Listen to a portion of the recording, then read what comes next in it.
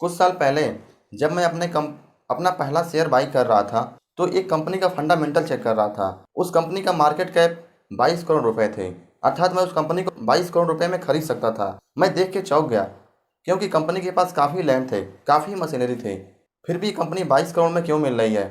जब मैं कंपनी का डिटेल एनालिसिस किया और कंपनी का फंडामेंटल चेक किया और कंपनी का पिछला ट्रैक रिकॉर्ड चेक किया तो मुझे पता चला कि कंपनी के पीछे लगभग 1000 करोड़ रुपए का लोन है। अर्थात मैं अगर कंपनी को 22 करोड़ रुपए में बाई करूंगा तो उसके बाद मुझे 1000 करोड़ रुपए का लोन चुकाना पड़ेगा। तो ये कैसे पता चलेगा? इसको हम कैसे डायरेक्ट किसी भी कंपनी का शेयर बाई करते समय कैसे जज कर पाएंगे कि कोई कंपनी एक्चुअल में कितने की है? तो मेरा नाम है सचिन चौरसिया और इस वीडियो में बात करेंगे कि किसी भी कंपनी की इंटरप्राइज वैल्यू क्या होती है और इसको निकालते कैसे हैं, किसी भी कंपनी की पीबी वैल्यू क्या होती है, प्राइस बुक वैल्यू क्या होती है और इसको कैलकुलेट कैसे करते हैं। अब बात करते हैं कि किसी भी कंपनी की इंटरप्राइज वैल्यू क्या होती है। इंटरप्राइज वैल्यू बताता है कि कोई कंपनी आपको सच में कितने में पड़ी।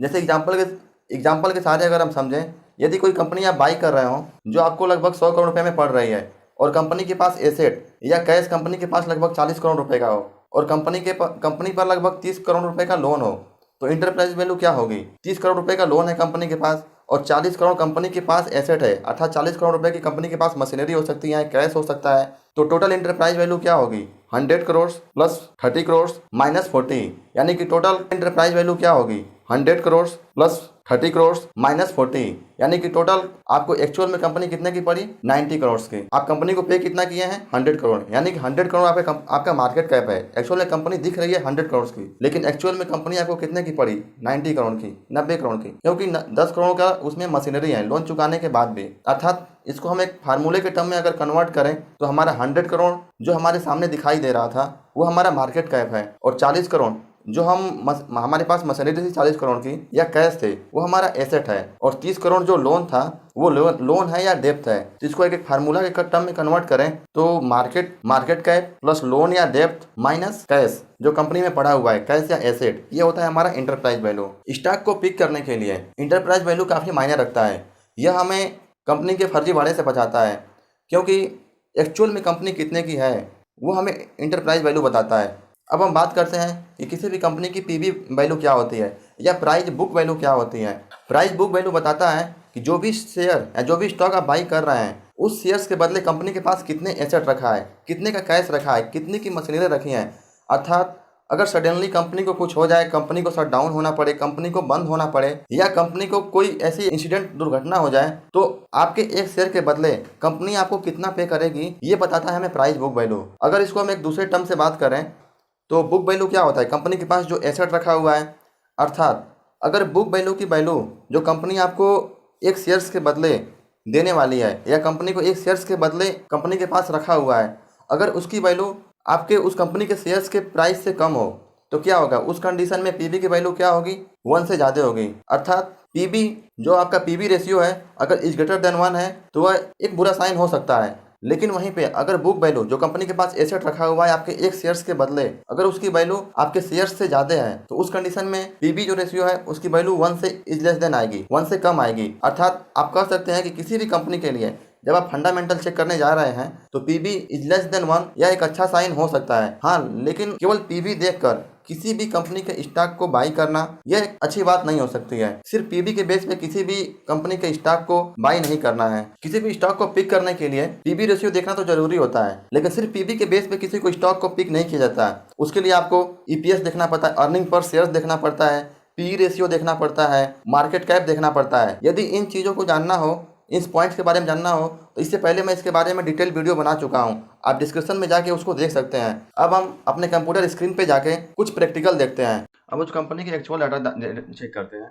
जैसे रिलायंस के कुछ एक्चुअल डाटा है जो हमने वेबसाइट से लिए हैं। जैसे देखिए यहाँ पे रिलायंस की जो इंटरप्राइज वैल्यू है वो 16 लाख करोड़ के आसपास दिखाई दे रही है, जबकि मार्केट कैप कितना है? 14,28,000 करोड़ के आसपास है। यानी कि आप इस कंपनी को 14,28,000 करोड़ में बाई कर सकते हैं, लेकिन एक्चुअल में कंपनी है कितनी की? 16,82,000 करोड़ की। ऐसा क्यों है? क्योंकि कंपनी के पास यहाँ देखिए, कंपनी के पास 2,62,000 करोड़ के आसपास लोन है। यदि आप 14,28,000 में कंपनी को बाई करते हैं तो आपको उसके साथ साथ ये कर्ज भी चुकाना पड़ेगा। अब देखते हैं कंपनी का बुक वैल्यू कितना है। देखिए यहाँ पे कंपनी का बुक वैल्यू दिया है 720 रुपए, जबकि कंपनी की अभी करंट प्राइस है 2112 रुपए। तो क्या ये उचित होगा? बुक वैल्यू तो इसमें कम दिया है। तो जब भी हम पीबी रेशियो निकालेंगे तो शेयर्स की प्राइस अपन बुक वैल्यू करते हैं तो उसमें क्या होगा? ये 1 से ज्यादा आएगा।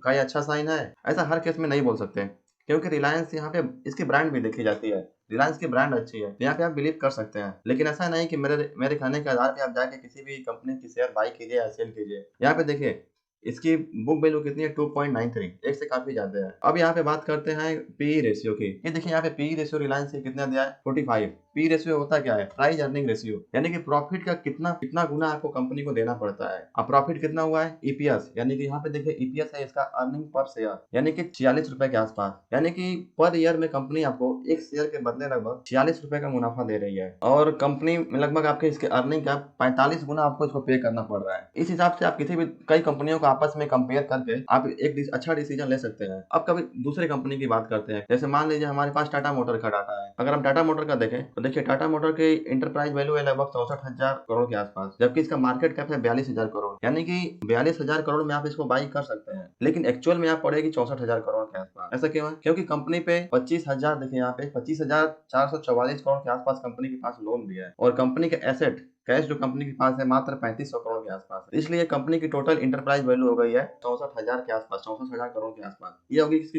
Enterprise value. अब बात करते हैं इसकी बुक वैल्यू की, तो इसकी भी प्राइस बुक वैल्यू देखिए 2.78 है, इसकी भी प्राइस बुक वैल्यू 1 से ज्यादा है। क्या इस पे हम ट्रस्ट कर सकते हैं? हाँ बिल्कुल कर सकते हैं, क्योंकि टाटा मोटर्स काफी अच्छी कंपनी है, इसकी ब्रांडिंग अच्छी है, इसकी इमेज मार्केट में बहुत अच्छी है।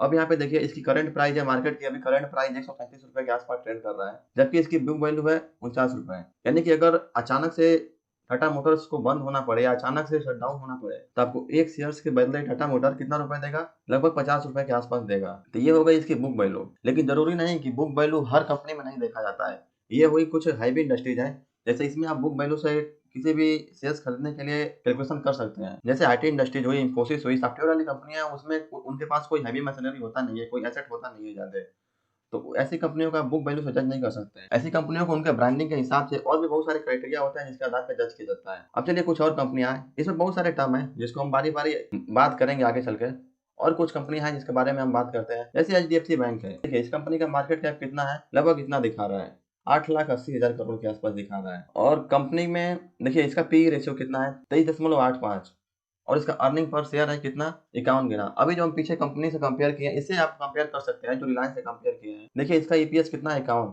यानी कि ये पर शेयर के हिसाब से अगर आप 1200 रुपए लगाते हैं, 1235 रुपए, तो ईपीएस यानी कि अर्निंग पर शेयर इसका 51 रुपए, 51 रुपए का प्रॉफिट आपको पर साल दे सकती है, हर ईयर में दे सकती है। यहाँ पे देखिए इसका बुक वैल्यू 3.65 है, ये भी 1 से ज्यादा है, तो क्या इस पे बिलीव कर सकते हैं? हाँ कर सकते हैं, क्योंकि इसकी इमेज अच्छी है, इसकी ब्रांडिंग अच्छी है। हमेशा बुक वैल्यू केवल ग्रेटर देन 1 या लेस देन 1 के आधार पे नहीं की जाती। कुछ और कंपनी है, जैसे देखिए यहाँ पे इंफोसिस है, इंफोसिस को देखते हैं। देखिए इंफोसिस का मार्केट कैप कितना है, 4,77,000 करोड़ के आसपास, जबकि इंटरप्राइज वैल्यू क्या है, 4,64,000 करोड़। इसमें कम है, ऐसा क्यों है कि मार्केट आपको खरीदनी पड़ेगी 4,77,000 करोड़ की, जबकि एक्चुअल में पड़ेगी 4,64,000 करोड़ की, क्योंकि कंपनी के पास डेप्थ तो है नहीं, लेकिन कंपनी के पास 13,000 करोड़ का कैश है। यह एक बहुत अच्छा साइन हो सकता है, क्योंकि कंपनी बिल्कुल लोन नहीं लिया है, कंपनी के पास बिल्कुल ही डेप्थ नहीं है, और उसके पास कैश भी पड़ा है, तो ये आप स्टॉक पिक करने का अच्छा साइन हो सकता है। लेकिन ऐसा नहीं कि बस इसके बेसिस पे आप स्टॉक पिक करें। हाँ अब देखिए इसकी बुक वैल्यू मात्र 156 है, 156 रुपए, जबकि इसकी करंट प्राइस चल रही है लगभग 1150 रुपए के आसपास, 1122 रुपए के आसपास। तो अब ऐसा क्या है इसमें, क्या इसको बुक वैल्यू के हिसाब से जज करेंगे? नहीं, क्योंकि आईटी इंडस्ट्री है, इसमें हैवी मशीनें नहीं होंगी कंपनी, तो उसके आधार पर सिर्फ इसको जज नहीं कर सकते हैं। ऐसी इंडस्ट्री जो आईटी इंडस्ट्रीज है, उनको ज्यादातर ब्रांडिंग के हिसाब से, उनके इमेज के हिसाब से, या और भी बहुत सारे क्राइटेरिया होते हैं जिसके हिसाब से आप उसको जज कर सकते हैं। लेकिन आईटी इंडस्ट्रीज में बुक वैल्यू के हिसाब से किसी भी शेयर को नहीं पिक किया जाता है। अब इसका देखिए बुक वैल्यू 7.15 है। बुक वैल्यू आता कैसे है, आप इसके शेयर्स को बुक वैल्यू से डिवाइड कर दीजिए, 1122/156। अब देखिए इसका अर्निंग पर शेयर कितना है, 39 रुपए, यानी कि 1156 रुपए लगा के आप इस कंपनी में 39 रुपए पर ईयर कमा सकते हैं। यदि इस वीडियो में कुछ डाउट रहा हो तो कमेंट सेक्शन में लिखिए, और वीडियो अच्छी लगी हो तो लाइक कीजिए और सब्सक्राइब कीजिए। धन्यवाद।